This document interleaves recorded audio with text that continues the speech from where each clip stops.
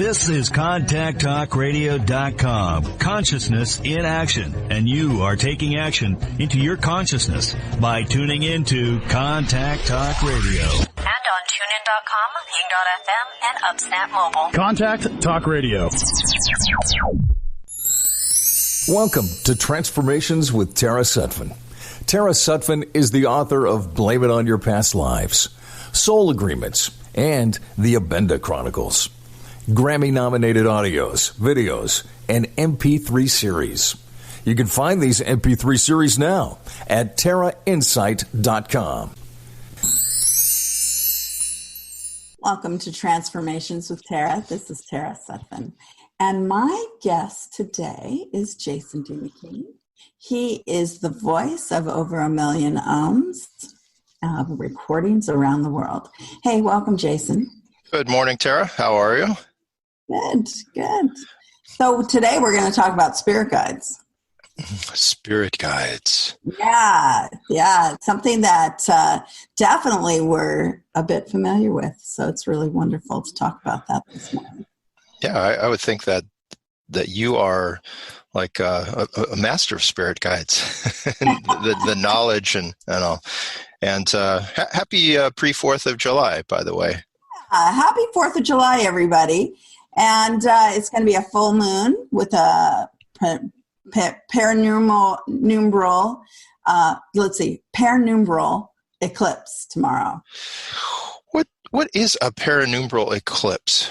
It's a small eclipse. I mean, it doesn't cover the whole. The shadow doesn't cover the whole moon. So. Yeah, interesting. Smaller one, but it's still, eclipses are eclipses.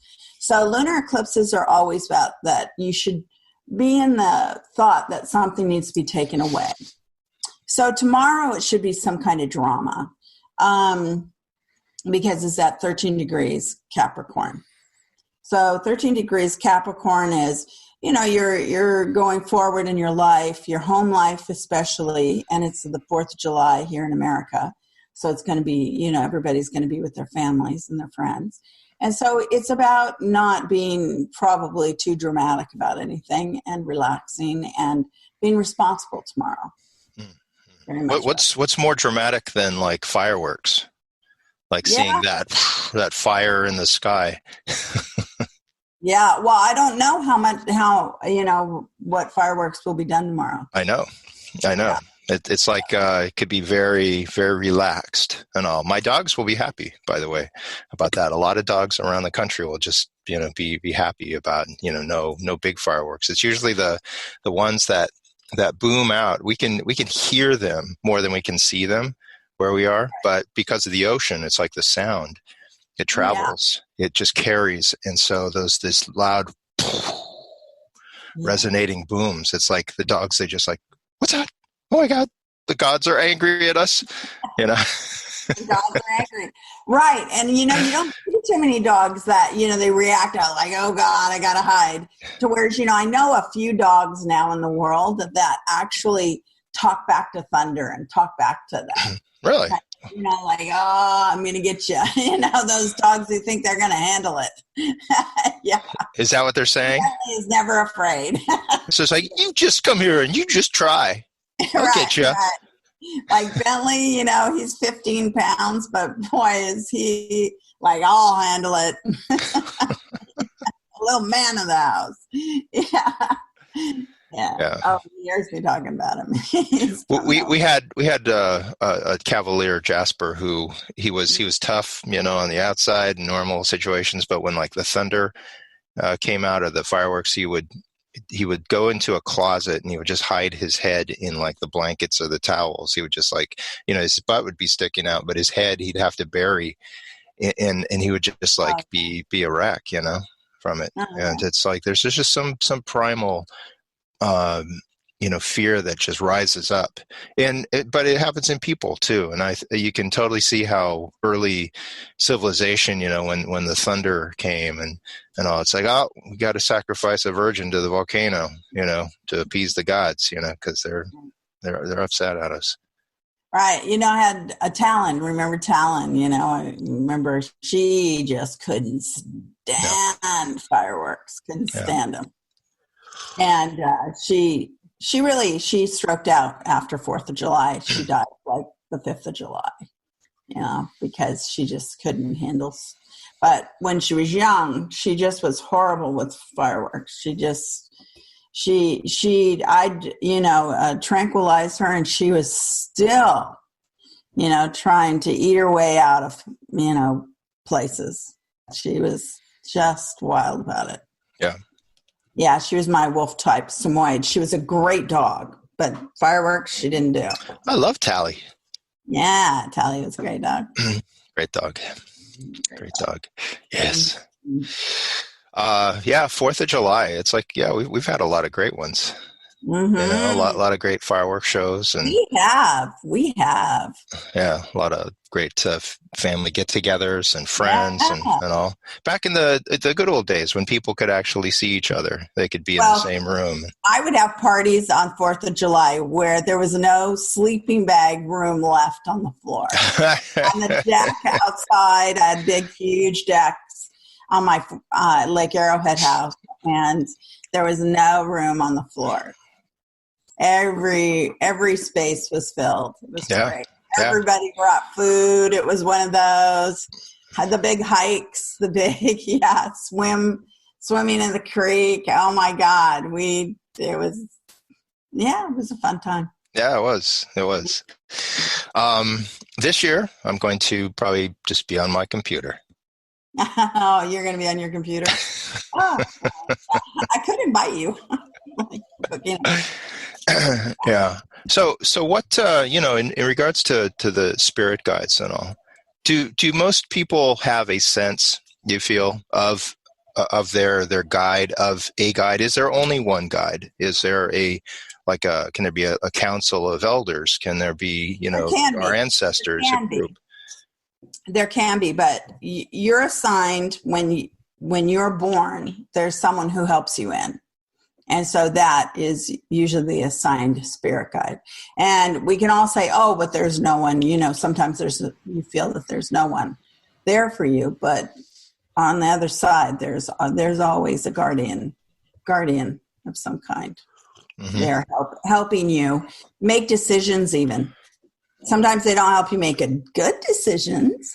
Like my spirit guide, I know very well because of my surgery when I was 6 weeks old to, dying on the operating table to whereas and then I had another surgery and then I had another surgery. I had that near-death experience in surgery when I was 8 and where, it was just so, I knew them so vividly and saw the light and, the whole shebang there.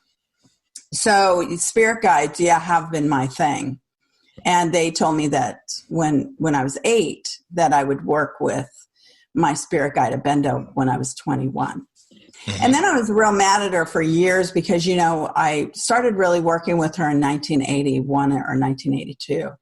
And it was not until 1997 when the internet came, really.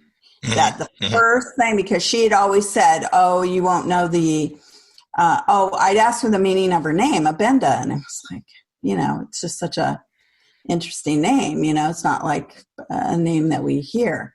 And she would say, oh, well, future technology will come and you can then find the meaning of my name. And every couple of years I'd ask her. But, that was a long time, 16 years or so to wait for the meaning of her name, So I would get going like, oh, yeah, okay. Stop keeping me in suspense. Right. Well, whereas, it was the first thing I typed into the internet. It was.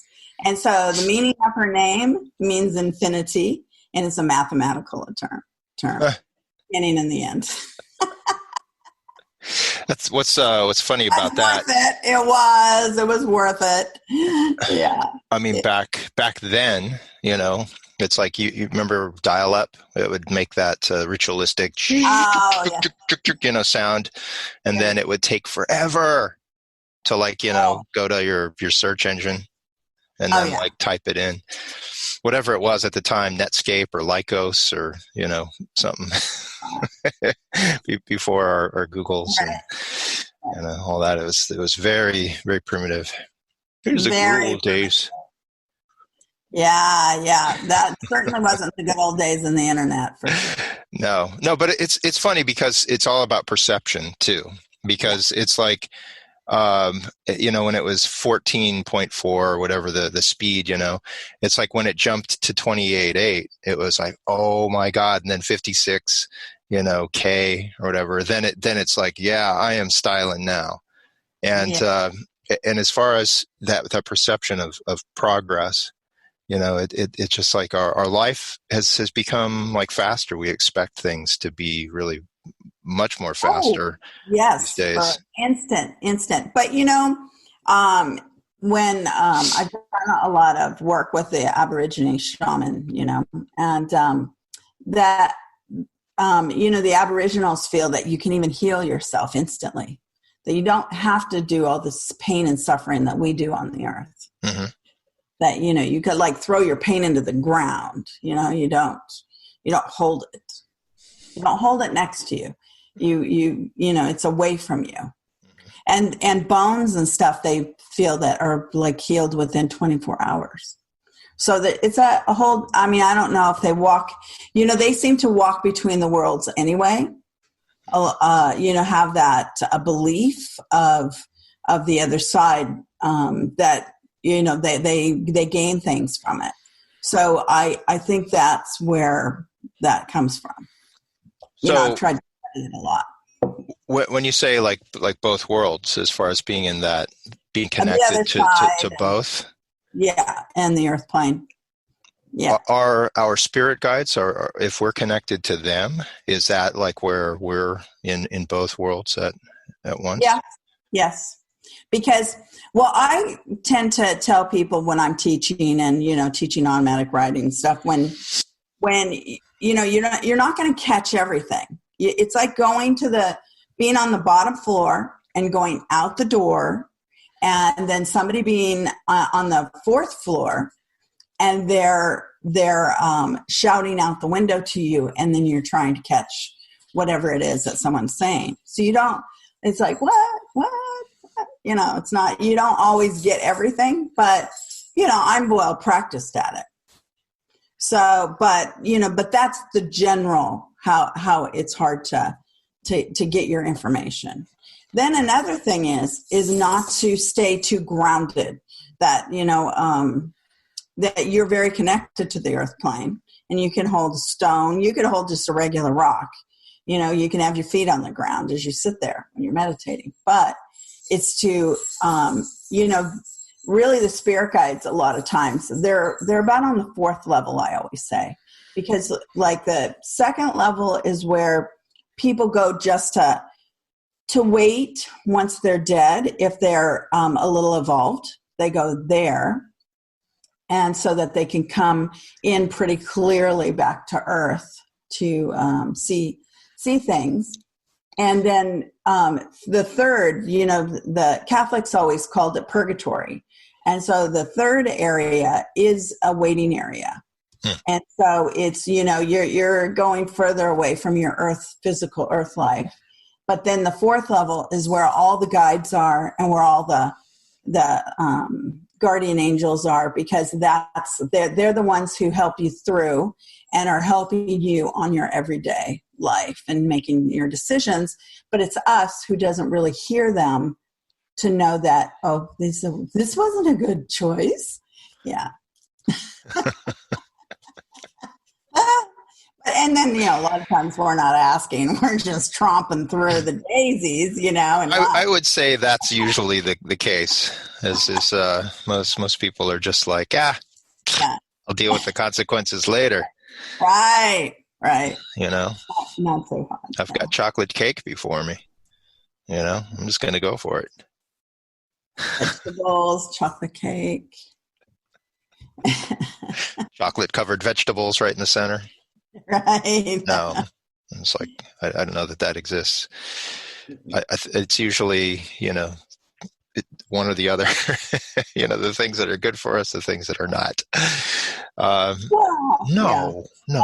We can find we can have those everything, things as long as it's moderation in all things. Even vegetables, being a vegetable holic.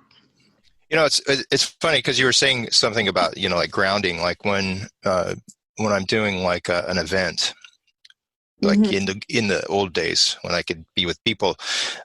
No, but like even still, where if I'm reading for someone, if I was doing a psychic fair or something like that, it's like I wouldn't like eat a huge meal before, even though I might be sitting there for 12 hours, for hours and hours and hours. So just like kind of something light, right? Where you don't get too, like heavy in yourself, too physically grounded, and you can be more nimble, be up in the ethers a little bit, and make those connections much stronger, much quicker.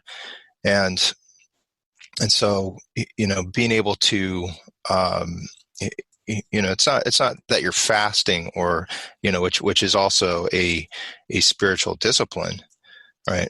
Where you can like, clear some of that heaviness, that weight of the world, from you, and be a little bit more easily connected.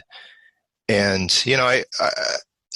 I think that, when I'm talking to a lot of people, there's a temptation for that, just having that connection all the time.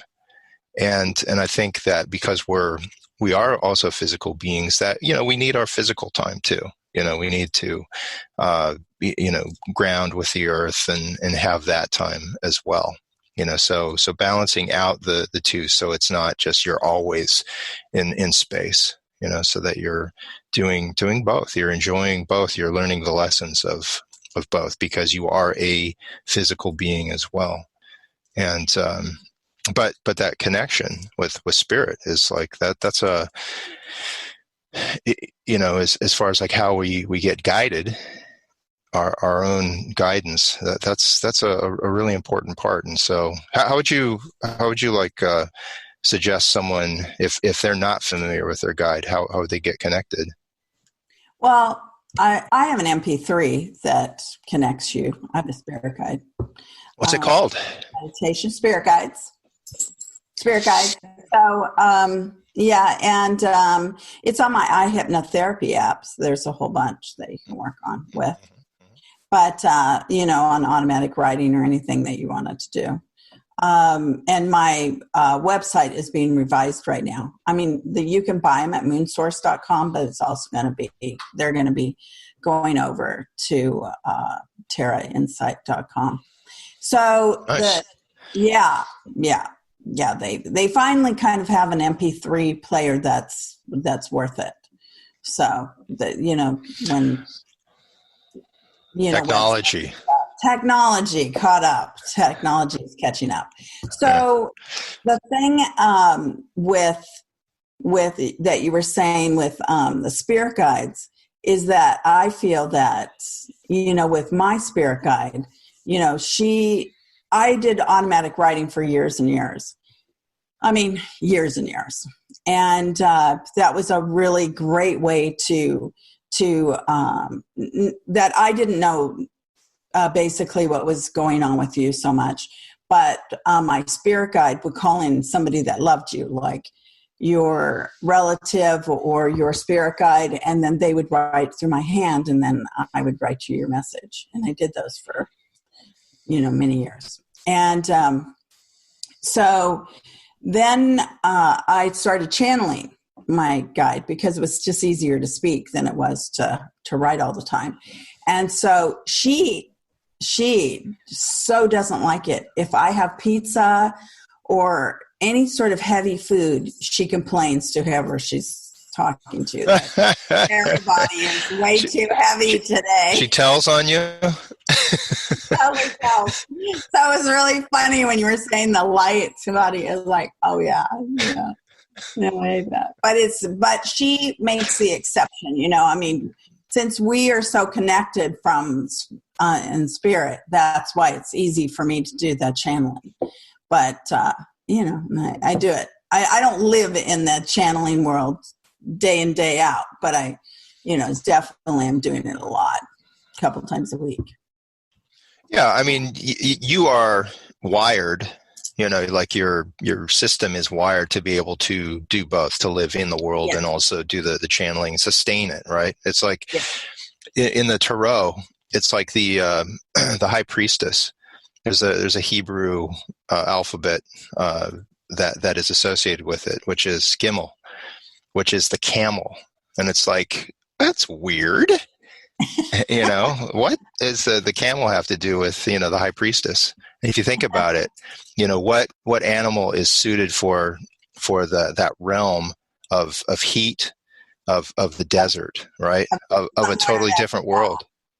It's like you can't manage anything without a good camel, because of how they store water, because of how they are just suited for it. A horse can be a great horse, but it'll get wiped out in the desert, whereas a camel, it's about that sustaining quality. Mm-hmm. And I find that a lot of people who will jump into this world of spirit and all that they burn themselves out quickly, or they go kind of over the deep end, because it's like it's about seeing how one can sustain themselves over the long haul. And you've been able to do that, partly I think because of your just your soul DNA, where it's like, it's like, this is your time to do that. And the physicality of it. It's like and you're, conscious of your health, your body. You don't just, it's like, well, I'm going to, eat that pizza and that 2-liter Diet Coke. I'm going to down that before my session. Yeah, but I do. I eat pizza. I am definitely tempted. It is one of the great foods on the earth. What kind of pizza do you like? Just try not to eat it a lot. Do you have a favorite? Well, we just had Scruzzo's pizza. That was really good. Yeah. Well, we had, when Everest was here, we'd have often. Yeah. So, we have cheese, or, she doesn't like too many vegetables. Margarita pizza. But she doesn't like too many vegetables. Not yet. Yeah. Well, she's doing better. She's doing better because, Cheyenne and I would talk to her about it, but she's definitely doing better. Like, I just hand her things and say, take a bite. Yeah. Yeah. I mean, it's funny because, it's like kids, if you give them full reign, it's like, yes, mac and cheese every night. No, but the most fun is we play mom and baby, and I'm the baby and she's the mom. Oh, she makes me eat so many vegetables. It's like, really, again? Yeah. Is it punishment? Does she see it as like she's punishing you, or is she like? I think so. It's pretty funny. Yeah. Or a lot of pool time where we're doing that. Yeah, it's pretty funny. Like what? Yeah, kids are funny, Yeah, and when they have the power. Bed on time and waking up on time. So it's not like she doesn't know those things. Yeah, she does know those things. Right. So, with your relationship with your spirit guides, as far as, is there an agenda that's always set with, once you connect and all, is it just for the day-to-day advice, or, and it probably just depends on one's, soul journey anyway, if they're meant to be more vocal about it. Some people don't even talk about their relationship to their own spirit guide. Others are very vocal about it.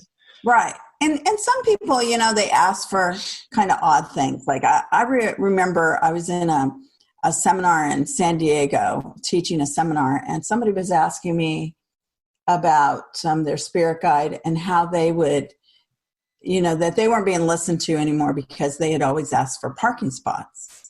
And it's not really your spirit guide's job to live your earth life. It's just to advise you and to be there for if you're in danger.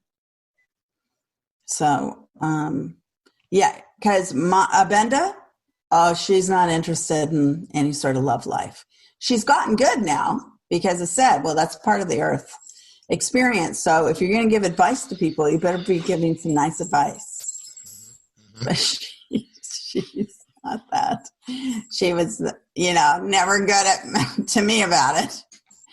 Doesn't think it's necessary. Thinks I should work all the time. No, I have been single a long time. So, yeah. And working. Yeah. So I guess I took the advice. Right. Yeah. Right. Yeah. But she's definitely, great at any real advice now. I mean, it was an experiment for us. I feel it was an experiment for us to come together, and it was definitely a planned thing. It was destiny. It's destiny that we would do this work. It's destiny that I have met everyone that I know, and that no one is an accident and no experience is an accident. And, Jason, it's not an accident that you're my brother. And that you're in this work too. I totally agree with that. It isn't an accident. It's like in the last 10 years or so much has been revealed to me as far as about myself, and it's like the work that I do, that it's not accidental, and it's one can have that hindsight, that 2020 hindsight of being able to see the course of one's life, and see, oh yeah, this is working towards this, and that's building towards that, and because you did this, that's like now coming up over here. And it's one thing that is a constant is people will mention that they feel like a calming presence, through my voice and all. And so, the fact that my ohms are listened to around the world, and they help create an atmosphere, an environment of meditation, of helping people soothe their own spirit long enough to go deep and look for answers within themselves. That is a part of who it is that I am. And if I were to ignore that, then that would be, I feel like wasting my life. I'd be wasting that gift. And so, the opportunities that I have to, put that out there in however it is, if it's through the ohms, if it's through a class that I offer, or through readings, then that's how it gets activated. And then, we'll see how that gets activated further down the road. It's like, that's it's not just one thing that one does throughout their life.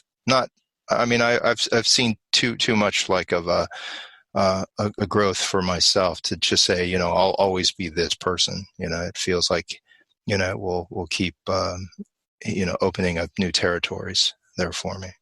So, so tell us about your spirit guide. I do have a spirit guide, and I keep it pretty quiet. I've never talked about my spirit guide. Well, now's the time. I don't know that now is the time either, because it's just, it's not something that I am in a partnership where it's like it's like, yes, we do the work together, right? But it's not someone that is like they like to be anonymous too. And it's not that it's a personality or whatever. You were like that for a long time, like I love these golden curtains because, you were definitely, you've come out of the curtains like the Great Oz. I'm the wizard in front of the curtain. He's a producer on such a level. I mean, there's so much product out in the world that's Jason, definitely put together for everybody. So the thing is, it's no wonder that, your spirit guide is a little bit mysterious as well. But, I definitely think the unveiling they should come out from behind the curtain as well upcoming. Yeah, I think that's something that we can work on. Like that's a work in progress. Right. Sometimes unless there's like a specific purpose. No, like unless there's a specific like just purpose to it, then it can be where I feel that it's of benefit, But it's kind of like the ohms, It's like when people know it's me doing the ohms, because millions of people listen to the ohms that I produce. It can start to like change up one's experience of it, rather than their own imagination going in and where they're thinking of like these monks that are doing it, that or whatever their imagination brings up. It's like it allows for them to just get not to personify it, and so I'm okay with not like putting my picture on the cover and all of these albums that I have, where people can just go into their experience. They can make it about themselves. It's not about me. And so I when I'm working with my own guide, and I feel that there's actually a few guides. It's like there's a little bit of a hierarchy too, because it's like there's animals too. I mean, I will tell you that like the owl is like it's like I named like my owl my film production company, Bubo Productions, and Bubo is the owl of Athena, and so I have like in many forms, I have like these owls there that are certainly part of the wizard's realm too. Let's see, let me put it in front of my beard, and then you can probably see there's so many like little owls and all. It's funny now that I look at it. It's like, oh my God, there's a lot of owls. But that like spirit animal, is very sacred to me. And so being able to like have like a few, right, and then maybe like have like one who's just assigned to like parking, right? Your parking angel, Milton, the parking angel or something, who's Milton. Like, directing traffic, someone who's just, that's their job. Yes. And Milton is like, he's on vacation, right? Because, of the lockdown, it's like, I'm not going anywhere. And so it's like, sometimes at the grocery store parking lot, Trader Joe's, he's like, okay, come on here, stop, you. Go, take it. Take that spot. Yeah. Yeah. Mm-hmm. Well, yeah, no, and I do believe in angels, and I believe the angels are an angel realm, and they're the spirit. They're in spirit also, but they are, they help you on the earth. That's who I think are the Miltons, or the actual angels, the archangels, or the different, guardians of the earth. Right, but Well, every church, usually there's guardians. I always love to meditate and see that. Are they doing the big stuff though? Are they helping with the major decisions as opposed to like No, that's the usually mundane? personal. Yeah. Well, they can. The sentinels can definitely guide you into, if you're doing something, going somewhere or doing something that you shouldn't, they can guide you back on track. Yeah, and just ask for that protection, because asking is part of the process. You'll receive. And the spirit guide, they're usually the helpers of the spirit guide. The spirit guide is not going to come to earth every 5 seconds. Mm-hmm. They're on that other realm. They're holding sacred space for you to make sure that they're going to be there when you need them the most. Do you think that's one of our lessons? is the quality of how it is that we ask? If we're opening up, I mean, what do you think that is? Because I have a theory. Okay, say your theory. As far as I can see it in terms of like one specific card of the tarot, which is the Six of Pentacles, where you see a person who is standing usually, and they're holding a scale, and they're also holding some coins, money, anything that represents like a physical means of giving to others who are like on their knees asking, right? And when that card comes up for me in a reading, I'll look to see if the person that I'm reading for is the one who's being generous, who is like offering help, or if they're the ones on their knees asking for help. And if they're willing to, I think that a lot of people are totally okay with being like more generous, like they see it as it builds like their own confidence of themselves, their own idea of themselves. What's that? It comes back 100-fold.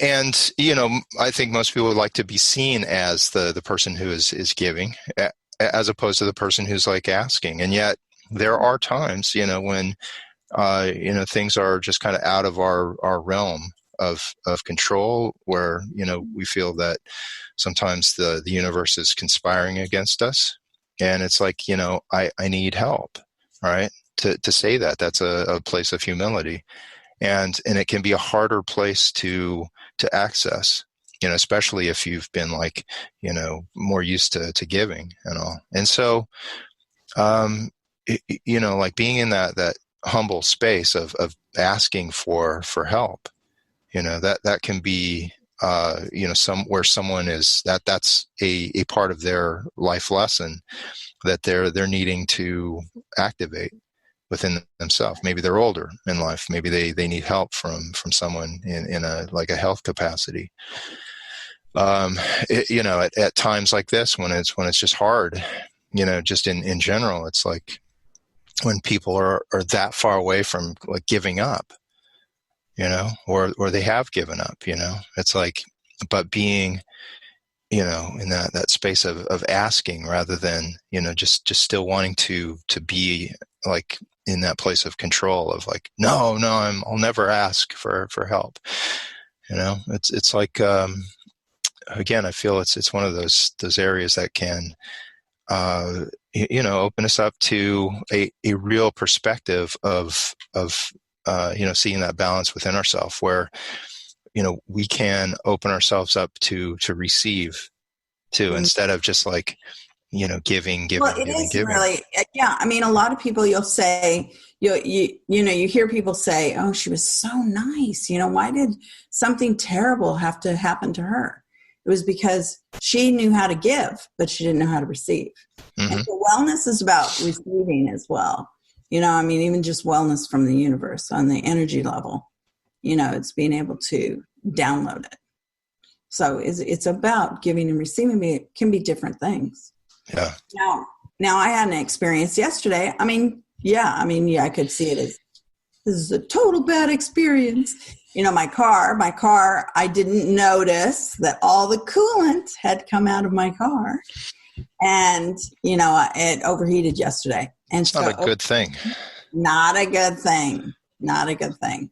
So, the moment I saw that it went to H, all the way hot, pulled it over right to the side, called AAA. They were there within 15 minutes and it towed it to my house. And I have a guy who comes to my house too.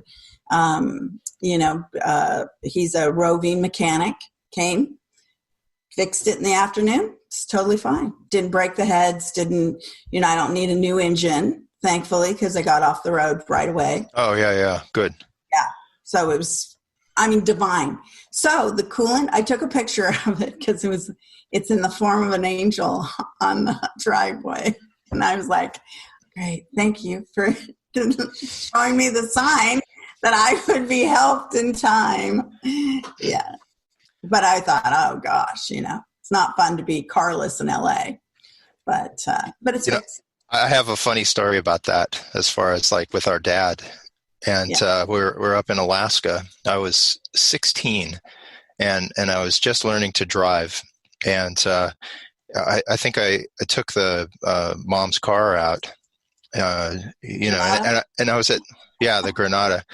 And they had Chrysler New Yorkers too. It's like, what are you doing with these two-wheel drive, those huge cars on the snow? It was the 70s. Yeah, they were silly. It was just before front wheel drive. Oh, really? It was nuts. It was crazy. But the Granada, it was like a medium sized car. But I was there at the high school, Diamond High School. It was like in February or something. It was colder than cold, and I noticed that there was like all this like smoke coming out of the engine. Oh no! And so I pulled over. I pulled over into the high school parking lot, and then walked home. Mm-hmm. And so Dad, I told him about it when he got home, and it was night. It was cold. It was like 0 degrees, and we he was just like, why didn't you just drive it home? And I'm like, well, I don't know what's going on. It could have been on fire. I don't know. It's like, I'm safe. Thank you, Dad, for just realizing I'm safe. Anyway, he figured out what it was. And the one of the hose split, the radiator hose. I think it was the bottom one. It wasn't the easy top one, where you could just like fit it and all that. So it's like this lower one and all that. But he got like the part for it, and we're there in the high school parking lot at 10 o'clock at night, and it's freezing cold, and he is cursing up a storm. I learned all my curse words from my dad. Thank you. He's cursing the day he like moved to Alaska, because it was like so cold, and he's like barehanded, like wrestling and wrenching and all that. It's just like, oh my God.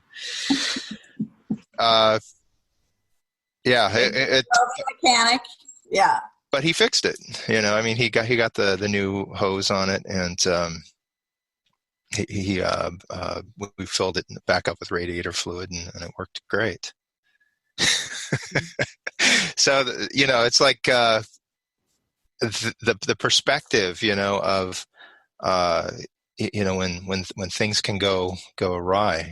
It's just like what a handy guy our dad was. That's when you could open up an engine too. Yeah, words, but hey, you could open up a car engine and go, oh, it's this, as opposed to going, oh my God, I'm overwhelmed. I'm going to have someone else look at it. Yeah, me as a girl, for sure. Yeah. That's a beautiful story. That you used your intuition at that point and went to the side of the road. That was good for as young as you are. Because, Audrey, her truck just blew up. But, sometimes when bad things happen, better things come. So, yeah, and I think there was a fire in her engine too. I think that, like this was. It was a fuel injection thing, and she had an appointment with the mechanic. No, what was it? What's that? Oh no, it's a fuel injection thing anyway. What hers was. Yeah, it wasn't an oil thing. Yeah, or radiator, right? It's like the coolant. Yeah, it's like. Hers was more of a real fire for some reason. Yeah. So what's ahead for you and your spirit guide? Well, I work with my spirit guide every day, pretty much. So, and it's just I go into channeling a couple times a week for clients. Mm-hmm. But for me, it's continue working. So mine's an ongoing project of this communication for sure. This bonding we have. Do you do any public transmissions there? Any channelings that are well, there's for a some larger? A few, but no, it's people want to know about personally kind of what's going on with them, or they want to know about their relatives, or some of that. So I agree. Yeah. My work becomes quite specialized from. They're either it's all about health or success in business, or some love relationships. Yeah. Or why isn't it happening? What can I do to change it? So it's all about the clearing your own path. And, I do a lot of praying because I do have all those sentinels and, in my kind of entourage on the other side to help me work with people. Right. So I ask the healers and I've had a lot of great success with my work. So, I love it. I do love it. Fantastic. Where can people find you, Tara? TaraInsight.com. Yes. TaraInsight.com. And Jason, where can we find you? I'm at jasondmckean.com, JASONDMCKEAN. And so, I have new meditations that I just put on my website there. If you click on the Om or the Om chant part, then everything is available there. And a new Om album that's coming out, Om Cosmos, and it should be any day that it's up on iTunes and Amazon. And yes. And then I have it's funny. I pulled a card yesterday while I was doing a live broadcast on Facebook, and I was asking, what should I do a class on Sunday? And up came the page of swords. And it's like, a messaging class. And in my page of swords, there's like all these butterflies that are like going along there. So it's like, that idea of transformation, using your words to help people transform their lives. So I've got a class that I'm calling Conspire to Inspire on Sunday, where it's one where people will form these messages based on what they're reading in the tarot to help people move through hard situations. And also that'll be on Sunday. We all do have weird situations still. So yeah, the U.S. is going through its thing, and so is the world. So we have to really be there for other people, and to, and it's all about putting our hand out and to help someone up and not push people down. And that is on an everyday basis. We take the high road or the low road. What road are you going to take? And hopefully, it's like your relationship with your spirit guide is one that you can know the difference. You can, see, okay, this is like the high road. Let's take that one. That's the value in having this partnership, this relationship with your guides. Yes. Yeah, and to, miracles. It's not that bad things aren't going to happen. It's just how are you going to get through them easily and gently. Like yesterday, my car breaking down. Of course, cars break down. So that's what happens. Yeah. Yeah. Well, thank you, Tara. And I hope that you have a beautiful 4th of July.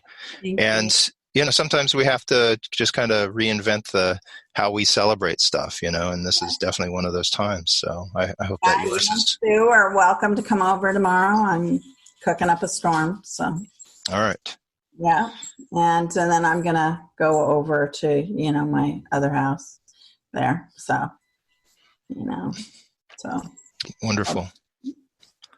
Wonderful. Yeah. Have a beautiful one, and everyone else have a safe and happy 4th. Yeah, lots of blessings, everybody. Thank you for listening to Transformations with Tara. Tara hopes this program brings guidance and insight towards a better tomorrow. If you have any questions or inquiries, or would just like to know more about Tara Sutphen's workshops and seminars or private sessions, please visit her website now at tarainsight.com. Until next time, many blessings.